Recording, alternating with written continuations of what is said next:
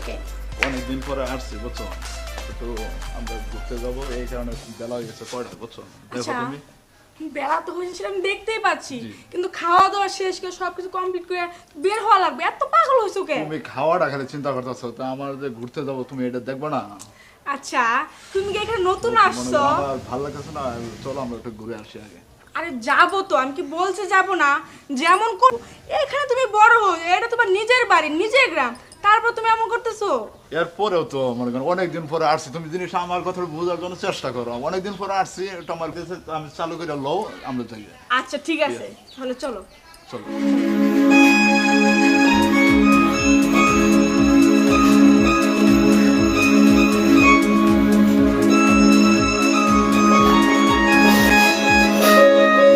আসসালামু আলাইকুম বড় ভাই।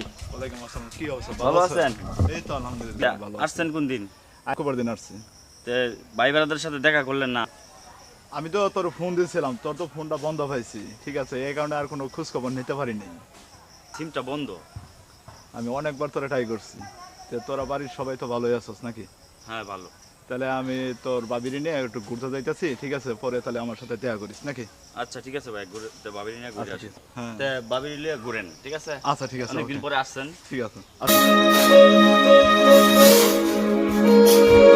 গ্রামের মাইয়া শহরেতে আইসা মডার্ন হইয়াছে, মাইয়া শহরেতে আইসা মডার্ন হইয়াছে, গ্রামের মাইয়া শহরেতে আইসা মডার্ন।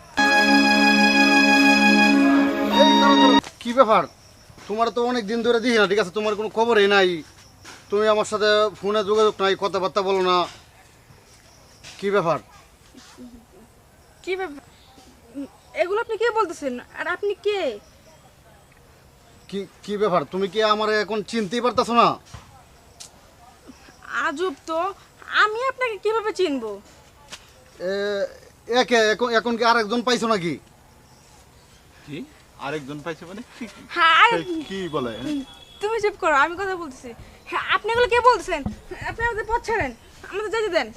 ওই তোমার স্বামী যখন ছিল না বাড়িতে, ঠিক আছে, তোমার দেখাশোনা তো আমিই করতাম। এগুলো আপনি কে বলতেছেন? কি মানে বুঝতে পারছি না কি হয়েছে? এই তুমি চুপ করো। এই কণ্ঠ দিয়ে আপনার কি হয়েছে?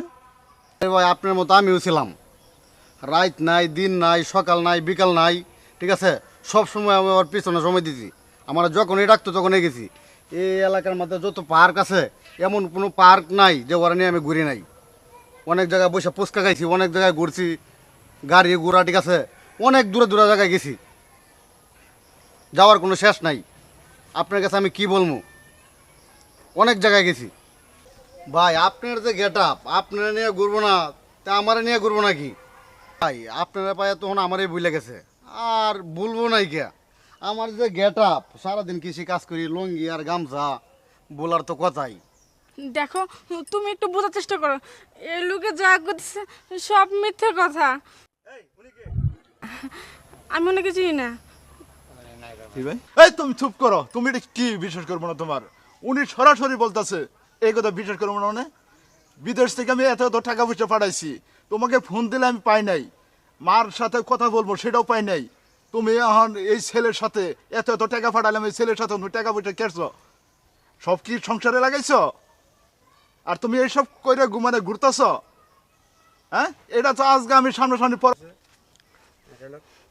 দেখো তুমি একটু বোঝার চেষ্টা করো, এই লোকে যা করতেছে সব মিথ্যে কথা।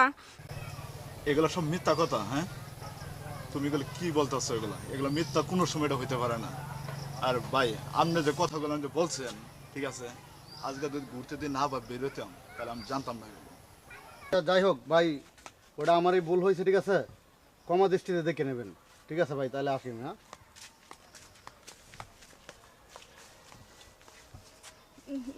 দেখো আমার ভুল হয়ে গেছে, এবারের মধ্যে তুমি আমার মাফ করে দাও।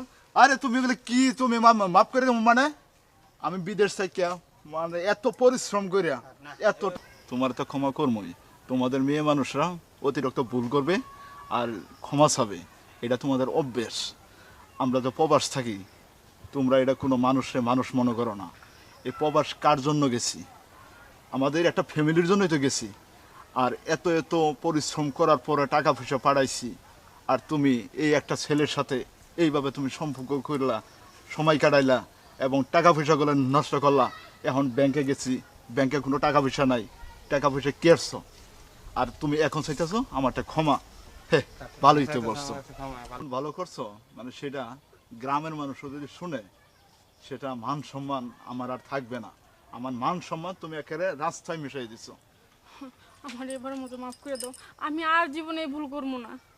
কি করা যাবে এখন?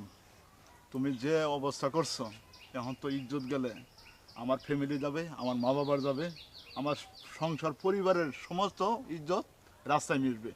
কি করা যাবে? আসো, এবারের মতো মাফ করো, মতো তুমি আমার মাফ করে দাও।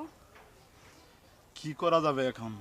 যেটা তো ঘটনা ঘটে গেলাইছো, সেটা তো মাফ করা ছাড়া কোনো কিছু আমি দেখতেছি না।